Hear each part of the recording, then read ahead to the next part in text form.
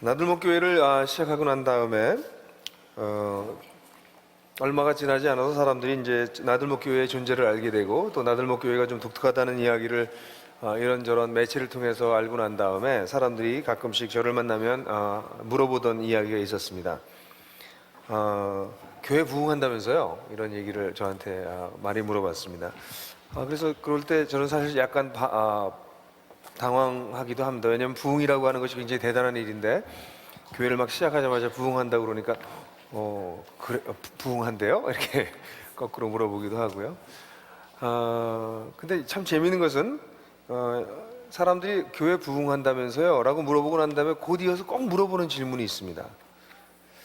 그래서 요즘은 몇 명쯤 모이나요? 이게 꼭 물어보는 내용이었습니다. 그래서 교회가 시작하고 난 다음에 시작하자마자 200명 모인다. 그러니까 정말 부흥하는군요. 그러다가 좀 한 5, 6년 지났습니다. 근데 보통 많은 교회들이 속칭 부흥하는 교회들이 5, 6년 지나서 1000명이 넘는 교회들이 굉장히 많습니다. 또 만나서 요즘 나들목교회 잘 되고 있죠? 부흥하죠? 부흥, 네, 하죠. 그렇게 얘기하면 몇 명 모이나요? 500명. 500명이요? 네. 그 다음에 더 이상 저희 교회에 대해서 물어보지 않습니다. 저는 교회를 부흥한다고 얘기하는, 교회가 부흥하죠 라고 얘기하는 이야기 속에서 많은 사람들이 이야기할 때 그 부흥을 숫자나 규모나 어떤 건물을 짓거나 어떤 일을 하거나 이런 것을 가지고 부흥한다고 이야기하는 것을 들어보게 됐습니다. 실제로 교회 부흥에 대한 일반적인 생각들을 이렇게 보게 되면 그들의 숫자가, 그들의 힘이 얼마나 커졌는가, 눈에 보이는 외모와 외형이 얼마나 커졌는가에 관심이 많이 있습니다. 꼭 그렇게 건물이 커지고 사람이 많이 모이는 것이 아니라 할지라도 교회가 부흥한다 그러면 그 부흥하는 교회의 예배의 퀄리티가, 예배의 질이 상당히 높다, 이렇게 생각을 합니다. 찬양이 좋고요, 또 목사님 설교가 좋고요, 좋은 것 중에서는 짧은 것도 포함됩니다만 좋고요, 또 기도를 하면 그 기도를 통해서 많이 위로를 받고 이러는 것들을 사람들이 생각을 합니다. 근데 이 교회가 부흥한다라고 하는 얘기들의 그 성격을 잘 살펴보게 되면 그 성격이 감성주의에 좀 빠져 있다는 생각이 들 때가 참 많습니다. 그 교회 가면 참 은혜가 돼요, 이렇게 얘기할 때 사람들이 이야기하는 그 은혜가 된다고 하는 것은 대부분 감성적으로 자기가 어떠한 감동이 있고 느낌이 있고 어떤 만족이 있다고 얘기할 때 주로 사용되는 이야기들입니다. 얼마나 예비가 뜨겁고 얼마나 내가 필요한 마음의 갈급함을 채워주는가, 이것이 어떤 내가 감성적으로 느끼는 것이 그 교회가 부흥하는 것의 어떤 표지가 된 것 같다는 생각이 들게 됩니다. 당연히 10명, 20명이 모여서 예배하는 것보다 300명, 3000명, 가능하다면 3만 명이 모여서 예배 드릴 때 거기서 오는 파워는 대단합니다. 많은 사람이 모여서 한 목소리로 같이 노래를 부를 때 그 속에 속해 있던 나도, 노래를 잘 안 하는 나조차도 그 전체의 분위기에 섞여서 뭔가 새로운 것을 느끼는 것 같은 느낌에 들어갈 수 있는 것은 심리학적으로 설명하려고 들지 않아도 우리가 상식적으로 알 수 있는 일입니다. 그래서 큰 규모의 예배에 들어가서 아주 좋은 밴드와 아주 훌륭한 찬양 인도자와 그런 예배를 드리면서 우리는 참 너무 좋다, 이게 하나님이 일하시는 것 같다, 내 마음이 이렇게 만져진다, 이런 생각을 합니다. 그런데 하나님은 이런 예배에 대해서 그렇게 관심이 많지 않으신 것 같습니다. 마태복음 9장에도 나와 있지만 구약에 아주 흘러가고 있는 아주 중요한 사상 중에 하나가 내가 너희가 드리는 제사와 예배가 싫다는 것입니다. 너희 제사와 예배를 그렇게 드릴 거면 그 예배와 제사에 걸맞는 너희들의 삶이 좀 있어야 되지 않겠냐. 근데 너희들의 삶이 없이 그렇게 예배만 드린다면 나는 그 예배를 별로 반가워하지 않는다. 그게 하나님의 말씀입니다. 호세아서 6장 6절을 보면 내가 바라는 것은 변함없는 사랑이지 제사가 아니다. 불살라 바치는 제사보다 너희가 나 하나님을 알기를 더 바란다. 하나님이 원하시는 것은 우리가 어떤 감성적으로 뭐를 느끼고 은혜를 느끼는 어떤 그런 것보다 하나님께서 정말 우리에게 원하시는 것은 하나님 자신을 아는 것을 원한다고 말하고 있습니다. 하나님을 더 알아가기 때문에 우리의 인생 자체가 사랑이라고 하는 모습으로 표현되어지는 것이 없다면 하나님은 그런 예배가, 그런 깊은 예배가, 그런 화려한 예배가, 그런 장엄하고 감동을 주는 예배를 놀랍게도 역겹다, 지겹다, 짐이 된다, 내가 지친다 라고까지 표현하고 있는 것을 보게 됩니다. 특별히 이사야서 1장 11절부터 14절을 보면 제가 한번 읽어드릴게요. 주님께서 말씀하신다. 무엇하러 나에게 이 많은 재물을 바치느냐? 나는 이제 순양의 번제물과 살찐 짐승의 기름기가 지겹고 나는 이제 수송아지와 어린 양의 수염소의 피도 싫다. 너희가 나의 앞에 보이러 오지만 누가 너희에게 그것을 요구하였느냐? 나의 뜰만 밟을 뿐이다. 다시는 헛된 재물을 가져오지 말아라. 다 쓸모없는 것들이다. 분야하는 것도 나에게는 역겹고 초하루와 안식일과 대회로 모이는 것도 참을 수가 없으며 거룩한 집회를 열어놓고 못된 짓도 함께하는 것을 내가 더 이상 견딜 수 없다. 나는 정말로 너희의 초하루 행사와 정한절기가 싫다. 그것들은 오히려 나에게 짐이 될 뿐이다. 그것들을 짊어지기에는 내가 너무 지쳤다. 여러분, 구약에 이런 하나님의 외침이 있다는 것을 상상해 보셨습니까? 이사야서에 나와 있는 말씀입니다. 난 너희들의 예배가 싫다. 너희들의 제사가 싫다. 지친다. 괴롭다. 그 이유는 너희들이 드리는 예배와 너희들의 삶은 너무나 분리되어 있다는 것이었습니다. 우리가 어떤 감동을 느끼고 어떤 은혜를 느꼈다고 말하는 것보다 더욱 중요한 것은 사실 하나님을 알아가는 것입니다. 하나님을 알았기 때문에 그 하나님의 성품 중에서 가장 중요한 사랑이 우리의 삶 속에서 배어져서 흘러나올 때 그것을 참된 부흥의 한 모습이라고 말할 수 있겠죠. 근데 오늘날 우리는 교회를 얘기할 때 어떤 그들의 삶 속에서 그 예배에 참여하고 그 화려하고 아름다운 예배에 참여한 사람들이 일상의 삶 속에서 어떤 삶을 살고 어떤 사랑을 흘러보내는가 보다는 함께 모여서 예배 드릴 때 느껴지는 그 파워, 그 감동, 그 열기, 그것을 보면서 부흥이라고 생각하는 경우가 있습니다. 사실 젊은이들의 부흥 집회에 가끔 찬양 집회에 가서 이렇게 찬양하는 것을 보게 되면 그런 생각이 들 때도 있어요. 야, 이제 하나님 나라가 임하겠다고. 그 열정이 대단합니다. 근데 찬양의 예배와 함께 그 열기도 함께 사라지는 것을 보면 이건 무슨 이벤트인가 이런 생각이 들 때도 있습니다. 그뿐만 아니라 많은 사람들은 이런 예배의 어떤 예배의 어떤 감동 이런 것보다도 오히려 외형주의가 굉장히 중요하다고 생각합니다.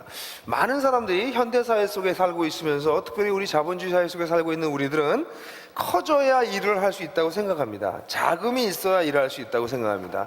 규모와 숫자와 자금력 이런 게 중요하다고 봅니다. 그래서 어떤 교회가 이러한 자금력을 가질 수 있도록 숫자가 늘어나게 되고 숫자가 늘어나는 것만큼 재산도 생기고 예산 규모가 높아지고 그래서 뭔가 사역을 할 수 있는 어떤 이런 기본적인 것을 가지게 됐을 때 우리는 그 교회가 또 부흥한다고 생각을 합니다. 그래서 많은 다양한 사업들을 벌입니다. 그런데 성경에 보면 우리 하나님은 좀 이상한 하나님입니다. 구약을 여러분이 잘 살펴보시면 구약의 하나님은 오히려 규모가 적은 것을 좋아하는 것을 보게 됩니다. 여러분, 기드온이라고 하는 사람 생각나십니까? 블레셋과 전쟁을 할 때 이 기드온이라고 하는 사사가 나타나서 이제 그 전쟁을 하러 나갔습니다. 그때 기드온을 따라왔던 사람들이 몇 명이 따라왔는지 아세요? 32,000명의 병력이 따라왔습니다. 그때 하나님이 뭐라고 말씀하시냐면, 야, 너무 숫자가 많다. 너희들 이 숫자 가지고 나가서 싸우면 너희가 숫자가 많아서 이긴 줄 알겠다. 숫자를 줄여라. 그래서 두 번에 걸쳐서 줄였는데 결국 몇 명으로 줄어들었나요? 이건 주일학교성 질문입니다. 그러니까 아직 그 기초가 든든하지 못하신 분들이 모르시죠? 몇 명요? 300명으로 줄였습니다. 그리고 300명을 데리고 나와서 전쟁을 하게 하십니다. 하나님은 우리 인간이 가지고 있는 규모와 능력과 힘으로 무슨 일을 하는 것에 대해서 조금 거부감을 느끼신다는 느낌이 구약 성경의 곳곳에서 발견됩니다. 하나님은 하나님 되심을 연약하고 부족한 자들을 통해서 드러내십니다. 그러니까 연약하고 부족해져야 된다는 얘기는 아닙니다. 우리가 지혜롭고 힘있고 능력이 있게 된다면 그것을 통해서도 하나님께서 일하실 것입니다. 그러나 하나님께서 주로 관심을 가지고 계시는 것이 우리가 규모가 커져야, 힘이 있어야, 돈이 있어야 하나님의 일을 할 수 있다고 하는 것은 큰 착각입니다. 뿐만 아니라 고대의 여러 신전들과 하나님께서 지시해서 만들게 했던 성막을 비교해 보길 때 우리는 깜짝 놀라게 됩니다. 여러분들 구약에서 하나님께서 자신이 이스라엘 백성들한테 거하기 위해서 만드신 것이 장막이잖아요. 성막, 장막, 타버나클, 그 얘기 들으셨죠? 이것도 주일학교성인데요. 그 하나님께서 텐트를 만들어서 그 텐트에서 하나님께서 임재한다고 그러셨습니다. 그런데 고대의 신상들 보면 정말 크고 장엄하기가 이를 데가 없습니다. 여러분, 바벨론의 느부갓네살 왕이라고 하는 다니엘이 있었던 시대의 그 왕이 만들었던 신상은 금신상이었는데요, 30m였습니다. 높이가. 그것이 남아있을 리가 없죠. 다 쪼개서도 나눠 가졌겠죠. 이집트의 18조 왕조 오벨리스키도 역시 33m였습니다. 스핑크스의 사이즈는 여러분들이 이미 다 알고 계십니다. 람세스 2세, 3세의 석상 역시 20-30m에 이릅니다. 아주 웅장합니다. 이런 신이다, 이런 걸 보여주기 위해서 웅장한 것을 만들어내는 것이 그것이 고대 신전들의 특징입니다. 그런데 이 하나님은 자신이 거하는 이스라엘 백성 가운데 거하는 장막을 스스로 만들라고 아주 세세하게 어떻게 만들라고 얘기하셨는데 그 사이즈가 얼마나 큰 줄 아십니까? 성막의 전체 대지, 성막을 짓게 되는 전체 대지는 1200평방미터입니다. 이건 정부 시책을 따라서 제가 이렇게 얘기했습니다. 잘 모르시죠? 그렇게 하면. 그럼 정부 시책을 따르지 않고 얘기하면 400평입니다. 전체 대지가 400평 정도입니다. 그러니까 400평이면 제가 얼추 생각할 때 이 건물보다 조금, 우리 이 면적보다 조금 더 넓을지 모르겠습니다. 성막이 이렇게 작아요. 그뿐만 아니라 그 안에 텐트를 치게 되는데, 그 안에 성소를 만들게 되는데 그 성소의 사이즈는 얼마인 줄 아십니까? 20평입니다. 성소가 20평입니다. 그 성소 안에 지성소가 있습니다. 지성소가 하나님이 거하시는 곳이라고 불리우는 곳입니다. 지성소가 몇 평인 줄 아세요? 7평입니다. 지성소에 하나님이 앉아 계신다고 여겨지는 그 보좌의 사이즈는 가로가 1m, 세로가 50cm 정도입니다. 우리 하나님의 풍채가 너무 작으신 거 아닙니까? 1m에 50cm입니다. 하나님은 사이즈에 그렇게 관심이 있지 않으신 것 같습니다. 성막 전체의 높이가 제일 높은 곳이 5m밖에 되지 않습니다. 멀리서 보면 보이지도 않습니다. 하나님은 사이즈와 규모와 숫자에 그렇게 관심이 있지 않습니다. 외형주의를 별로 좋아하지 않으십니다. 그런 것으로 뭔가를 한다고 생각하고 착각하는 그런 생각들을 기뻐하지 않으시는 것이 우리가 아는 하나님이십니다. 예수님은 하나님의 나라를, 그 큰 하나님의 나라를 겨자씨에 비유하셨습니다. 작은 씨앗에. 하나님은 오히려 사이즈와 규모와 숫자와 능력과 이런 것보다는 그 속에 있는 놀라운 생명력에 늘 더 관심이 더 많으십니다. 진짜 사람을 변화시키는 생명에 관심이 있어요. 그렇기 때문에 부흥이라고 하는 단어를 우리가 쓸 때 외적인 어떤 사이즈나 우리가 어떤 감동을 느끼거나 그런 것에 부흥이라는 단어를 쓰면 그것은 성경에서 얘기하는 부흥과는 좀 거리가 있는 의미가 될 수밖에 없습니다. 제가 성경에서 발견한 부흥은 하나님께서 개입하셔서 하나님의 방식으로 하나님 자신을 드러내시는 것이었습니다. 하나님께서 인간의 역사 속에 개입하셔서 하나님의 방식으로 하나님 자신을 드러내실 때 우리는 그것을 부흥이라고 부를 수 있는 것 같아요. 이것은 하나님이 개입하신 걸 뜻합니다. 다시 말해서 인간의 힘이나 규모를 의지하는 것을 뜻하지 않습니다. 하나님의 방식입니다. 세상의 방식이 아닙니다. 그리고 이런 것을 통해서 드러나는 것이 인간의 어떤 모습이 아니라 그 모습 뒤에, 그 모습 속에 계신 하나님 자신입니다. 여러분, 그렇다면 진정으로 부흥하는 교회는 어떤 교회일까요? 저는 이 부흥하는 교회와 건강한 교회를 조금 구분해서 얘기하고 싶습니다. 건강한 교회도 있습니다. 근데 건강한 교회보다 한 발 더 나간 것이 부흥하는 교회입니다. 우리가 그 교회가 부흥한다라고 얘기하면 그것은 건강한 수준보다도 넘어가는 것이어야 됩니다. 다시 말해서 우리 사람들도 건강한 몸을 가진 사람들이 있잖아요.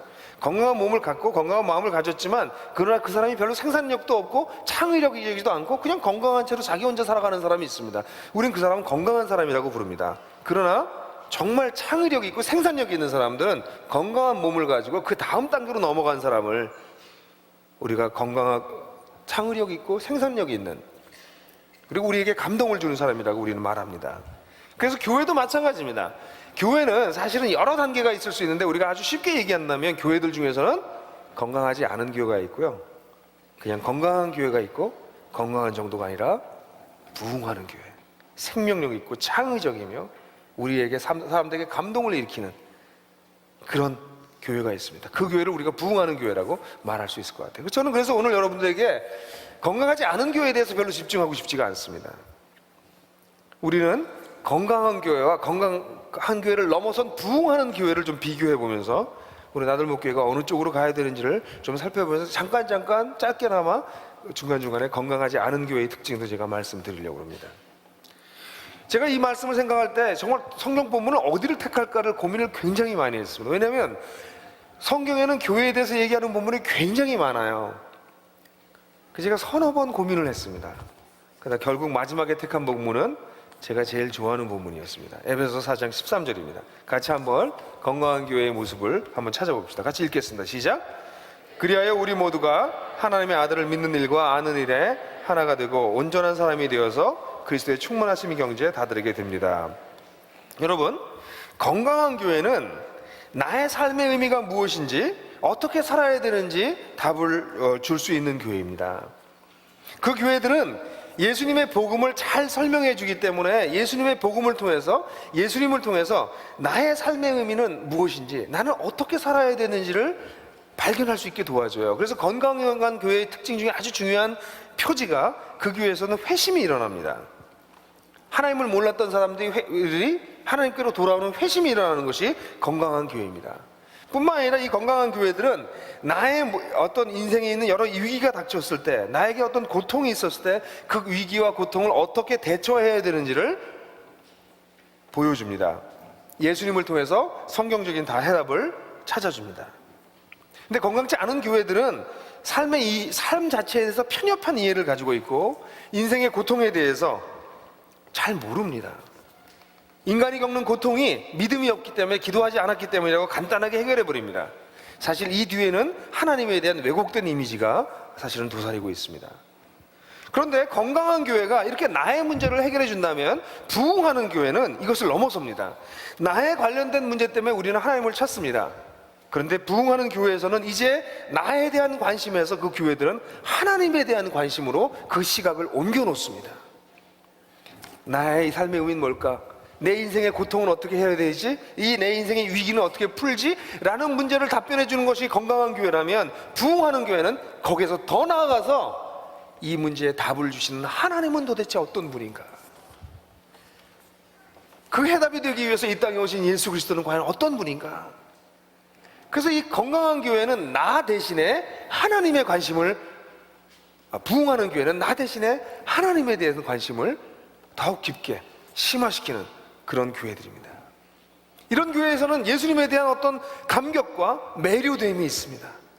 예수에 대한 새로운 깨달음과, 그리고 예수님을 통해서 나타나신 하나님, 구약 역사 속에서 일하셨던 그 하나님에 대한 새로운 자각들이 그들 가운데 들어오기 시작합니다. 사람이 변하는 것은 변하려고 노력하는 것으로만 되는 것이 아니라, 사실은 무엇을 보았느냐에 따라서 사람들은 변합니다. 그들은 하나님을 보기 시작하는 것입니다. 예수 그리스도를 깨닫기 시작하는 것입니다. 그것이 부흥하는 교회의 놀라운 특징입니다. 그래서 이들은 그렇기 때문에 성경을 매우 깊이 보려고 애씁니다. 성경을 통해서 우리는 하나님을 볼 수 있기 때문에 그렇습니다. 또한 그들은 깊은 예배를 갈구합니다. 더 깊은 진리, 더 깊은 하나님을 알고 싶은 생각 때문에 예배에 시간을 쓰는 것을 시간의 낭비라고 생각하지 않고, 자신이 누릴 수 있는 오락들을 좀 밀어놓고 오히려 예배에 더 에너지를 쏟아내고 애를 쓰게 됩니다. 너무나 고상한 것들을 그들은 발견했기 때문입니다. 이게 부흥하는 교회와 건강한 교회의 차이점입니다. 건강한 교회는 우리에게 답을 줘요. 우리가 필요한 답을 줘요. 그러나 부흥하는 교회는 그 답을 주시는 하나님에게 관심이 가기 시작합니다. 그분이 어떤 분일까? 뿐만 아니라 건강한 교회는 나에 대한 관심 중에서 특별히 나를 어떻게 하면 더 온전한 사람을 만들 수 있을까에 질문합니다. 내 속에 어떻게 하나님의 형상이 완성될까? 내가 조금 더 어떻게 예수님을 닮을까? 이런 것에 대한 성경적인 답을 주는 것이 건강한 교회입니다.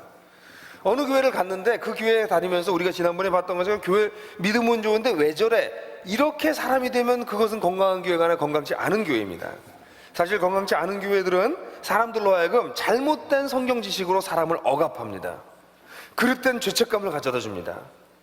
그래서 예배를 드리거나 성경을 배우면서 오히려 예배를 드리고 성경을 배우는데도 불구하고 자유해지는 것이 아니라 죄책감에 의해서 억압됩니다. 사람들이. 그 사람들이 교회 안에서의 모습들이 어떤 규정화돼 가지고 틀로 짜놓은 것 같고 사람들이 눌려 있습니다. 뿐만 아니라 자신의 탐욕을 성찰할 수 있도록 도와주지 않습니다. 탐욕을 쫓아 믿음 생활을 할 수 있도록 부추기기까지 합니다. 이게 건강치 않은 교회입니다. 그러나 건강한 교회는 우리가 정말 어떻게 예수님을 닮아갈 수 있는가를 도와줍니다. 그러나 정말 부흥하는 교회는 내가 예수님을 닮아가는 정도가 아니라 우리가 어떻게 예수님을 닮아갈 것인가에 대해서 질문하게 만듭니다.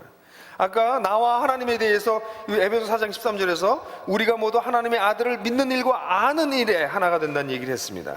하나님에 대한, 그리스도에 대한 관심이 있다면 이제 그들이 아는 일과 믿는 일에 어떻게 해요? 하나가 되어서 온전한 사람을 이루어 우리에 대한 관심이 있습니다. 혼자 하는 것이 아니라 우리가 함께 한다는 것에 대한 관심이 생겨나는 것이죠. 그래서 우리가 어떻게 그분을 함께 알아가고 우리가 어떻게 그분의 사랑을 우리 가운데서 실현시킬 것인가에 관심을 갖기 시작합니다. 여러분, 그 성경에서 이웃을 사랑하라 이런 얘기는 옛날에는 너무나 자명한 말씀이었습니다. 이웃은 멀리 있는 이웃이 아니라 바로 내 옆에 앉아 있는 사람이었어요. 근데 지금 여러분들 이렇게 우리 교회도 한 2, 300, 지금 몇 명쯤 모였을 거예요? 한 400명쯤 모였는 것 같은데 이렇게 앉아 있으면 옆에 사람이 여러분들의 이웃입니까? 이웃이죠. 먼 이웃. 그죠? 옆에 그 사람이 누군지 우리가 알 수 없죠. 그래서 오늘날은 이웃의 얼굴이 없어져 버렸어요. 저도 아파트를 오래 살았지만 윗집 아랫집 사람의 얼굴이 기억이 안 납니다. 얼굴 없는 이웃, 괴기 같아요. 그렇죠? 얼굴 없는 이웃을 우리는 사랑한다고 생각해요. 그러나 부흥하는 교회에서는 내가 어떻게 예수를 닮아갈까를 넘어서서 내가 사랑할 사람들이 있습니다. 내가 사랑해야 될 소수의 사람들이 있습니다.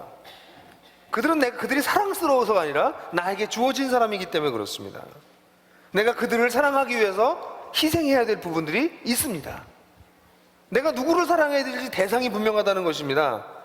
특별히 우리 가운데 힘들고 지치고 인생의 어려운 일들을 겪고 있는 사람들에게 우리가 참된 이웃이 되어지길 원하는 마음이 있습니다. 부흥하는 교회에서는 그렇기 때문에 사람들 사이에서 갈등이 일어났을 때 갈등의 용서가 이루어지고 사람들 내면에 있는 깊은 아픔에 대한 치유가 공동체적인 맥락 속에서 이루어집니다. 이것이 부흥하는 교회의 특징입니다. 그래서 부흥하는 교회에 있는 사람들은 예수님을 닮아가는 개인적 차원을 넘어서서 관계적인 면에서 사람들이 변하기 시작합니다. 친구들이 생깁니다. 인생을 같이 걸어갈 동반자들이 생기기 시작합니다. 그것이 부흥하는 교회의 특징입니다. 뿐만 아니라 건강한 교회는 내가 무엇을 해서 인생의 의미가 있을까의 질문을 갖습니다. 내가 어떻게 해서 인생의 의미를 가질까? 나의 인생의 비전은 뭘까? 건강한 교회를 통해서 그 나의 비전을 발견합니다. 그리고 그 비전을 이룰 수 있는 성경적인 지혜와 시각과 힘을 얻습니다. 그게 건강한 교회의 특징입니다. 물론 건강하지 않은 교회는 교회의 많은 프로그램에 참여하고 봉사에 참여하지만 내 인생의 비전이 별로 생기지 않습니다.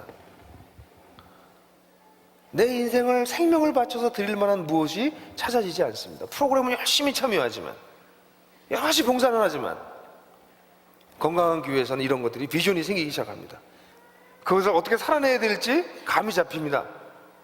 그런데 부흥하는 교회는 이것을 넘어섭니다.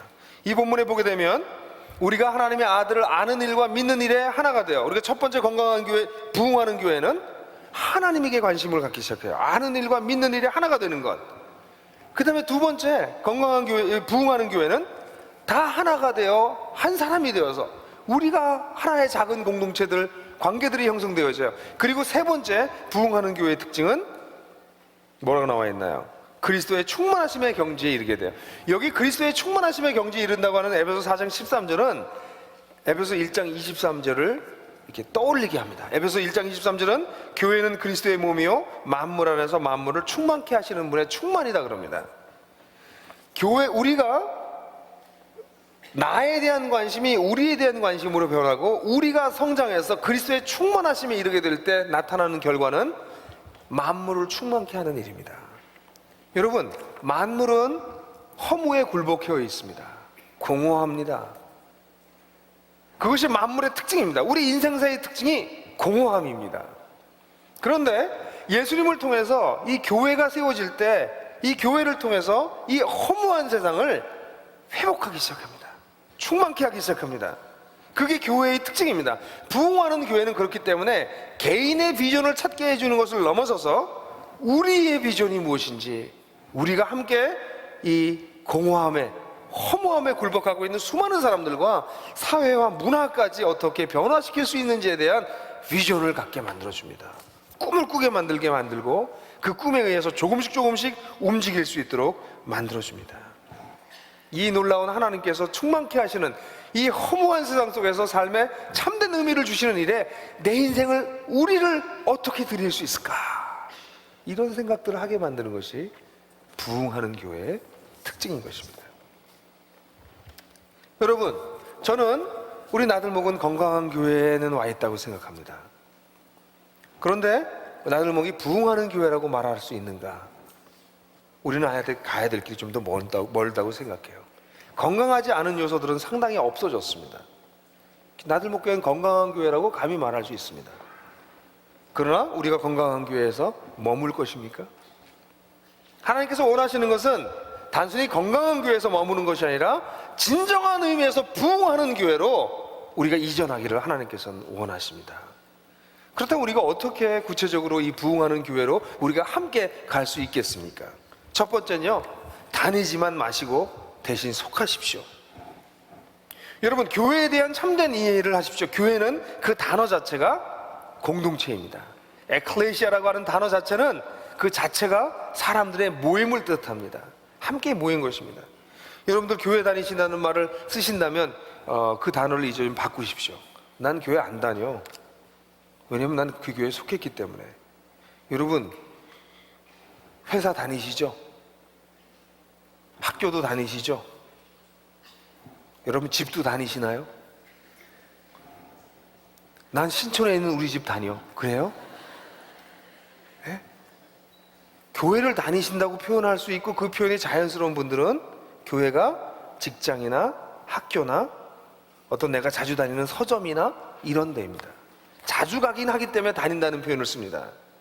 그러나 그곳이 나의 공동체는 아닙니다. 우린 집에 다닌다고 말하지 않습니다. 집에서 산다고 말합니다. 난 그 집에 속했다고 말합니다. 그렇습니다. 교회를 다닌다라고 하는 멘탈리티에서 속하는 멘탈리티로 바꾸셔야 됩니다. 이 속하는 것은 어떤 면에서는 우리가 간절히 원하는 것이지만 이 시대의 문화가 우리로 하여금 반대쪽으로 역행하게 만드는 것이기도 합니다. 우리는 간절히 뭐에 속하길 바라요. 그러나 속하되 대가를 지불하지 않고 속하길 원합니다. 속해서 유익을 많이 얻길 원하지 누구에게 유익을 주면서 유익을 주기 위해서 희생하려고 하지 않습니다. 그래서 가정조차도 오늘날 많은 가정이 깨어지는 이유가 속하긴 하는데 속해서 거기에 대한 대가를 지불하길 원하지 않아서입니다. 그런데 사랑하기 때문에 가정이 이루어진 것도 아니고 생판 모르는 사람들이 예수라고 하는 한 분 때문에 공동체를 이루어서 속한다라고 하는 것은 이것은 여간 어려운 일이 아닙니다. 저는 생각하면 인간적으로 불가능하다고 생각해요. 저는 그런 면에서 교회 공동체라고 하는 것은 매우 신비한, 이상한, 존재하기 어려운 공동체라고 생각합니다. 이익이 서로 얽혀지지도 않았는데도 불구하고 사랑하는 공동체가 형성될 수 있다는 말입니까? 있습니다. 단 한 가지 이유 때문에. 그들이 하나님의 사랑을 받았기 때문에.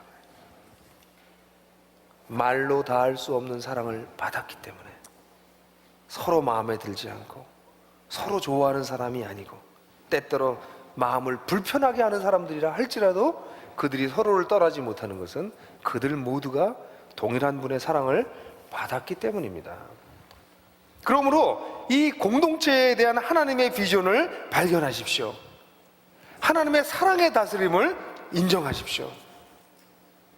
그래서 그 하나님의 비전에 따라서 하나님의 백성을 만들길 원하시는 하나님의 비전을 발견하고 하나님의 백성 속에 들어가서 우리 주변에 있는 이 허무에 굴복하고 있는 세상을 바라볼 수 있는, 그들을 향해서 나아갈 수 있는 그런 꿈들을 갖는 것이 필요합니다.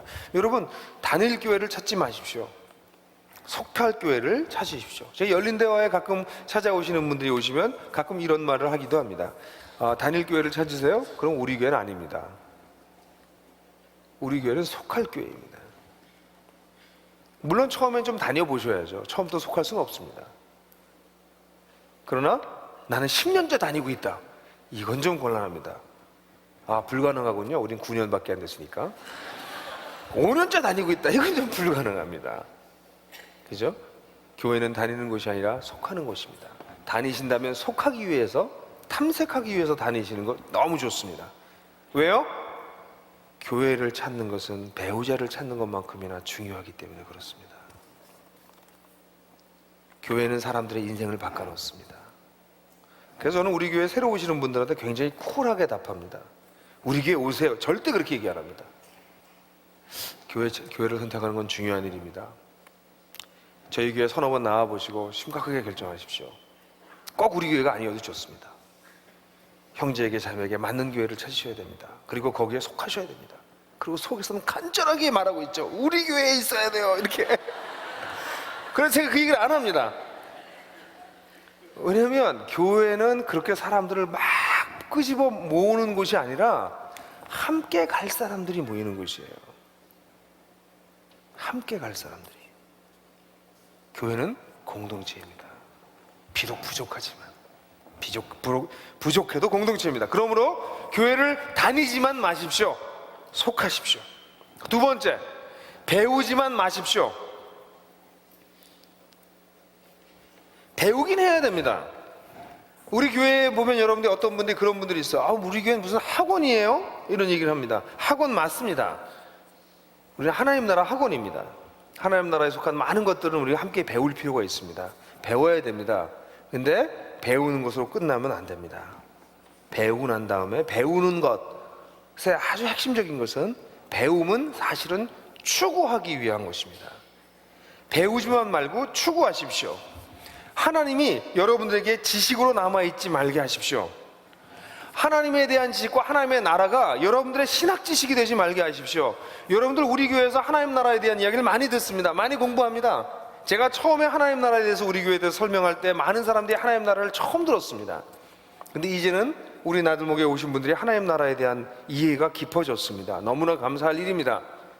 그러나 그것이 신학 지식으로 배우는 것으로 끝나지 말게 하십시오. 그것을 통해서 하나님 나라의 주인이신 하나님을 추구하십시오. 그리고 하나님 나라의 비전을 추구하십시오. 이것은 무슨 얘기입니까? 하나님을 만나기 위해서 그분을 추구하라는 것입니다. 예수 그리스도에 대한 수많은 지식을 가지면 무슨 소용이 있겠습니까? 제 책장에 한 줄이, 한 서가 하나가 전부 예수 그리스도에 대한 책입니다. 예수 그리스도 본격적으로 쓴 책이 몇백 권 될 것 같아요. 100몇 권은 될 것 같아요. 예수에 대한 책이 그렇게 많습니다. 그런 책을 읽으면 예수를 알게 되는 건가요? 그렇지 않습니다. 도움이 되겠죠. 그러나 예수에 대해서 배웠다면, 예수에 대해서 깨달았다면 깨달은 것만큼 그 예수를 추구하십시오. 만나려고 하십시오. 그분의 사랑 가운데 거하려고 하십시오. 그분의 사랑이 여러분들의 심령을 채우게 하십시오. 그분의 한량없는 은혜가 지치고 삶의 의미를 잃어버린 여러분들을 일으켜 세우는 것들을 경험하십시오. 그렇지 않으면 우리는 종교인이 되어버리고 맙니다. 매주 일요일날 교회를 찾아와서 그래도 일주일에 한 번 점은 찍는 그런 종교인이 되어버리고 맙니다. 여러분들 가운데서 얼마나 많은 사람들이 저에게 그런 얘기를 합니다. 목사님, 제가 일주일에 한 번 교회 오는 것 정도로 제가 오랜 세월을 신앙생활 했습니다. 근데 요즘 제가 예수님을 만납니다. 요즘 예수님이 제 인생을 바꾸고 계십니다. 요즘 신앙생활하는 것이 달라지고 있습니다. 여러분, 그분들이 하나님을 추구하기 시작했기 때문입니다. 물론 하나님이 은혜를 주셔서 그렇게 됐겠죠. 그러나 우리 쪽에서 해야 될 일이 있습니다. 지식에 머무르지 마십시오. 하나님을 찾아가십시오. 추구하십시오. 여러분, 저는 여러분들이 예배를, 개인적인 혼자 있는 시간에 예배를 하시기를 정말 간절히 권합니다. 여러분 집에 예배 처소가 있습니까? 예배 드릴 수 있는 장소를 뭐 따로 꼭 만들어 놓을 필요 없지만 혼자 가끔 앉아서 예배 드리십시오. 물론 여러분들의 예배 여러분 온 집에 신전이 있다는 건 알고 있습니다. TV 신전이죠. 집에만 가면 켜놓고 거기에 집중하고 거기에 정말 마음과 정신과 다 쏟고 다른 모든 것에 그것부터 해방돼서 거기에만 집중하고, 그래서 TV는 나의 목자시니 이런 시도 있잖아요. 네? 제가 그걸 어떻게 하냐고요? 저도 가끔 그러거든요. 근데 만약에 우리의 삶에 TV가 전부이라면 그거 참 얼마나 무서운 일입니까? 여러분, 여러분들 삶 속에 하나님을 예배할 수 있는 공간을 만드십시오. 작은 초를 하나 준비하십시오. 조용하게 은은하게 울릴 수 있는 종도 좋겠습니다. 땡 치고 가만히 앉아 계십시오. 뭔가 여러분들 나름대로 예배에, 하나님을 예배하는 특별한 방식들을 발전시켜 나가십시오. 지치고 힘들 때는 예배해야 되겠다. 그럴 수 있는 무언가를 만들어내십시오. 성경을 읽고 묵상하고 찬양을 하고 초를 태우고 초를 피고 그리고 종도 치고 뭐 온갖 방법이 있을 수 있어요. 저는 그 모습을 제 어릴 때도 제가 그랬지만 제 주변에서는 제 아내가 그걸 잘하는데, 제 아내는 기도하는 곳이 있습니다. 집에 뭐 특별한 기도실이 아닙니다. 옷장입니다. 옷장. 그 개인적인 얘기에서 허락 안 받았는데 집에 가서 혼나겠다. 근데 옷장에서 기도합니다. 집에 없어졌어요, 와이프가. 그럼 찾아가면 옷장에 들어가 있습니다. 여러분, 기도하는 곳이 있습니까? 예배하십시오. 그분을 찾는 것입니다. 그 혼자 하는 것을 하실 줄 모르시면 공동체적으로 예배하는 것을 더 깊은 예배 속에 들어오도록 훈련하십시오. 예배를 배우십시오. 배우셔야 됩니다. 여러분, 그렇게 할 때 우리는 일상생활 속에서 하나님과 동행하는 것을 알게 됩니다. 뭐 함께 하시지 뭐 이렇게 얘기하는 것 말고요, 하나님이 정말 임재하는 것을 우리가 경험할 수 있습니다. 배우지만 마십시오. 정말 그분을 추구하십시오. 평생을 추구할 만한 그런 분이 바로 예수 그리스도이기 때문에 그렇습니다. 뿐만 아니라 마지막으로는 따라가지만 마십시오. 대신 함께 사십시오. 여러분, 우리가 신앙생활을 시작할 때 초기 단계에서 반드시 영적인 리더를 따라가야 됩니다. 여러분들 가운데 신앙이 잘 성장하지 않는 분들은 두 가지 이유입니다. 둘 다 같은 이유인데요, 한 가지 이유는 뭐냐면 따라갈 사람이 없어서입니다. 영적인 리더를 따라가지 않아서예요. 근데 영적인 리더를 따라가지 않는 이유가 하나는 실제로 영적인 리더가 없어서고요, 또 하나는 교만해서입니다. 영적인 리더가 없는 것은 참 불행한 일입니다. 그러나 예수 그리스도가 우리의 영적인 리더가 되기 때문에 영적인 리더가 없다 할지라도 우리가 예수를 따라갈 수 있습니다. 그러나 공동체에 영적인 리더들이 있다면 그들을 따라가세요. 근데 제가 발견한 많은 사람들이 성장하지 않는 이유가 자기가 따라갈 리더가 없습니다. 그러나 건강한 교회 속에서는 반드시 리더들이 있습니다. 리더가 한 사람이 아니라 많은 리더가 있습니다. 여러분들이 따라갈 리더들과 이야기 나누고 기도도 부탁하고 도움을 요청하십시오. 여러분, 영적인 단계가 몇 단계 정도 있다고 생각하세요? 어제 우리 교회 언약가족 디딤돌 훈련을 하면서 우리 교회에서는 영적 성장 단계를 7단계를 나눴습니다. 찾는 이로부터 시작해서 지도자까지 7단계가 있어요. 제가 우리 훈련을 받는 분들에게 물어봤습니다. 7단계 위에는 몇 단계가 더 있을까요? 나들목에서 우리가 훈련을 받으면 7단계까지 갈 수 있다고 우리가 얘기했는데, 영적 성장이 7단계까지 갈 수 있다고 생각했는데, 그럼 그 다음 단계는 몇 단계나 더 있을까요? 물어봤습니다, 사람들에게. 언약가족 훈련을 받는 분들에게. 몇 단계나 있을 것 같으세요? 무한대입니다. 우리 나들목교회에서 우리가 훈련받고 성장하기 위해서 7단계를 만들어놨지만 그게 전부라고 생각하시면 착각이십니다. 여기까지는 기초적인 7단계고요. 그 다음부터 하나님을 알아가는 데 있어서 수많은 단계들이, 깊은 단계들이 있습니다. 여러분, 그렇기 때문에 이 초보 단계에서 걸어갈 때 영적인 리더를 따라가시는 것이 필요합니다. 영적인 삶에 깊이가 있기 때문에 그렇습니다. 나보다 먼저 간 이들에게 배우고 따라가야 합니다. 그러나 정말 우리가 따라가려면 함께 사는 것보다 나은 방법이 없습니다.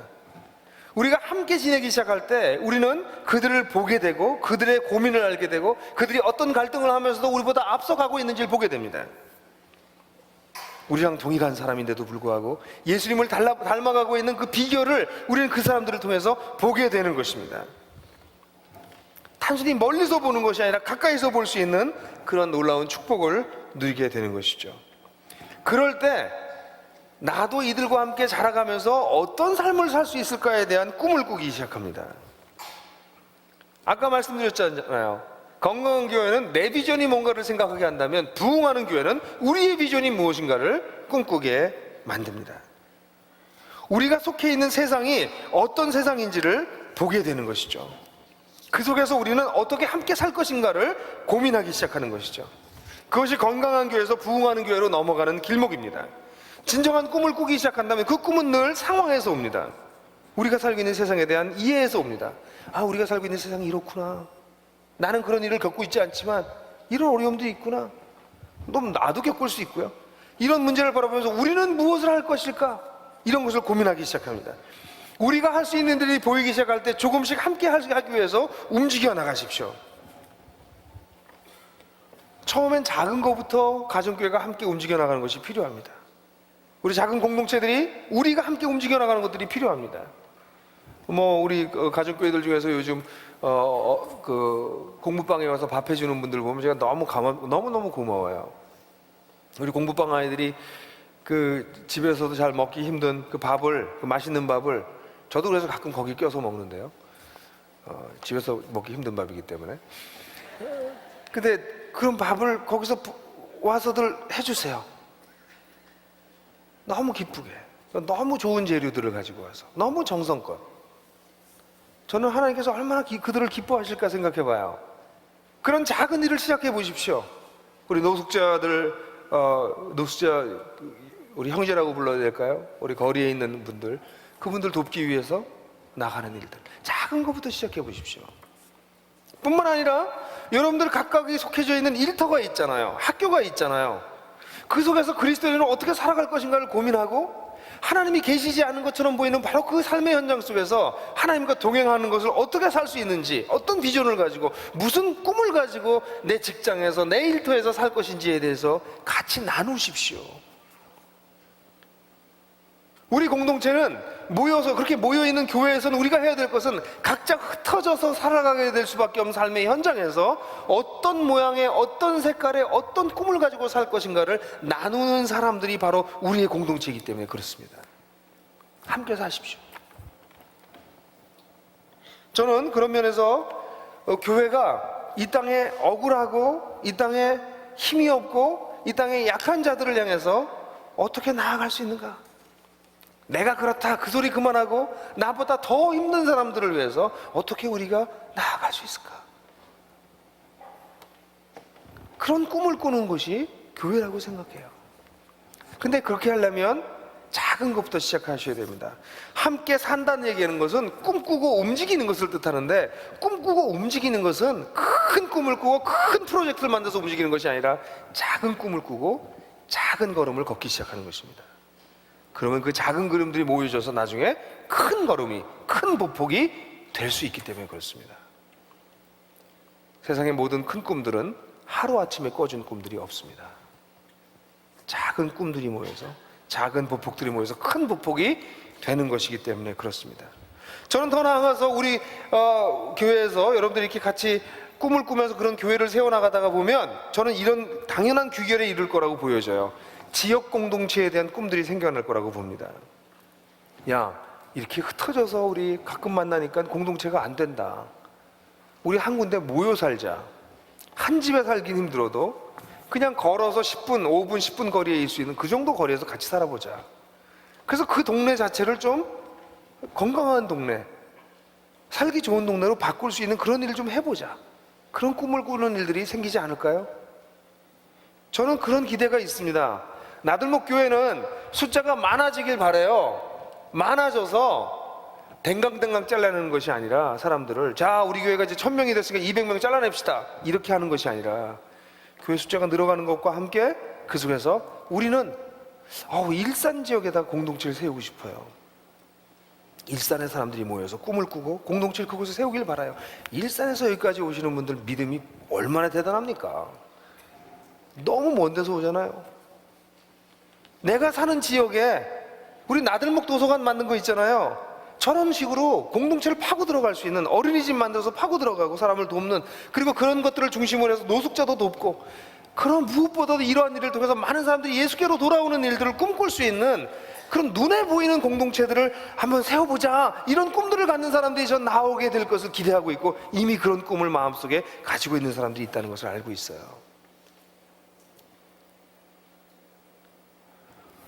여러분, 저는 여러분들에게 질문을 해요. 그냥 여러분들 개인의 질문을 합시다. 여러분들은 어떻게 늙어가실 겁니까? 나이가 들어서 누구와 함께 같이 있으실 겁니다. 여러분들의 에너지가 점점 더 빠져나가고 여러분들이 활동력 있게 움직이지 못하는 나이는 반드시 올 것입니다. 아멘? 분명히 오게 돼요. 그럼 그럴 때 여러분들은 누구와 함께 그 노년을 같이 보내시겠어요? 노년을 함께 보낼 수 있는 사람은 가족들도 아닙니다. 가족들도 노년에 같이 안 보내줍니다. 같이 있어주지 않습니다. 가족들도 일부들만이 같이 있어줘요. 마지막까지 같이 갈 수 있는 사람들이 만약에 우리 교회라면, 내가 속한 교회라면 그 교회는 부흥하고 있는 교회입니다. 인생의 마지막 부분을 같이 가면서 지나왔던 삶에 대해서 회고하고 같이 기뻐하고 우리가 뿌려놨던 씨앗들이 자라나는 것들을 바라보고 그래서 감사하고, 그래서 뒤에서 기도하고 젊은이들을 격려하고, 그렇게 우리가 만약 나이가 들어갈 수 있는 교회가 있다면 그 교회는 건강한 교회를 넘어서서 부흥하고 했던, 또 부흥하고 있는 그런 교회일 것입니다. 사랑하는 형제자매 여러분, 부흥하는 교회 다 알려진 비밀입니다. 나에 대한 관심에서 하나님에 대한 관심으로, 관심이 진정으로 바뀔 때 그것은 부흥하는 교회가 됩니다. 나에 대한 관심에서 예수 그리스도께로 바뀔 때, 그렇기 때문에 그분의 눈으로 이제는 나만 바라보는 것이 아니라 우리를 바라보게 되고, 하나님께서 세우신 하나님 나라의 백성, 공동체를 보게 되고, 그 공동체에 속한 세상을 보게 되고, 그 세상 속에서 우리가 감당해야 될 일이 무엇일지 그것을 꿈꾸기 시작할 때 그 교회들은 부흥합니다. 거기에 핵심이 무엇입니까? 하나님을 바라보는 것입니다. 만약 하나님이 모호하시다면 이 땅에 오신 예수 그리스도를 바라보는 것입니다. 그분에게 매료당하고 그분에게 의해서 설득당해서 꿈꾸기 시작할 때 그것이 참으로 부흥하는 교회라고 말할 수 있습니다. 사랑하는 형제자매 여러분, 오늘날 우리 한국교회를 비판하기 전에 우리는 참 안타까운 마음이 있을 수밖에 없습니다. 교회가 조직이 되었습니다. 교회가 통계와 숫자로 대변됩니다. 교회가 어떤 건물과 어떤 부동산을 가졌느냐가 그 교회의 힘처럼 보여지는 시대가 됐습니다. 헌금이 얼마나 나오느냐가 그 교회의 힘을 보여주는 것 같이 되어졌습니다. 그러나 하나님께서 정말 원하시는 것은 어떤 교회일까요? 우리가 모르지 않습니다. 성경이 너무나도 선명하게 보여주고 있습니다. 그런데 그 교회는 되기가 어렵습니다. 왜냐하면 우리가 우리 자신을 부인하고 각자가 십자가를 지고 가야 되기 때문에 그렇습니다. 누가 자기를 부인하고 십자가를 지고 그 길을 가려고 하겠습니까? 누가 시대를 거스려서 그렇게 가려고 하겠습니까? 못 갑니다. 그러나 가능한 길이 있습니다. 만약 우리가 그분을 더욱 깊이 알아가기 시작한다면, 예수 그리스도를 더욱 깊이 알아가기 시작한다면 그 십자가의 길은 그렇게 어렵지 않습니다. 자기 부인은 그렇게 고통스럽지 않습니다. 왜냐하면 우리가 추구하는 그분의 영광을 보았기 때문입니다. 그분의 인자하심을 맛보고 있기 때문입니다. 저는 아들목 교회가 거짓말들, 교회 안에 있는 수많은 거짓말로부터 자유로워져서 그냥 건강한 교회, 다닐만한 교회가 아니라 부흥하는 교회가 되기를 꿈꿉니다. 여러분들도 저와 함께 꿈꿔주시기를, 그리고 함께 살아갈 수 있게 되기를 간절히 소원합니다. 같이 기도하겠습니다.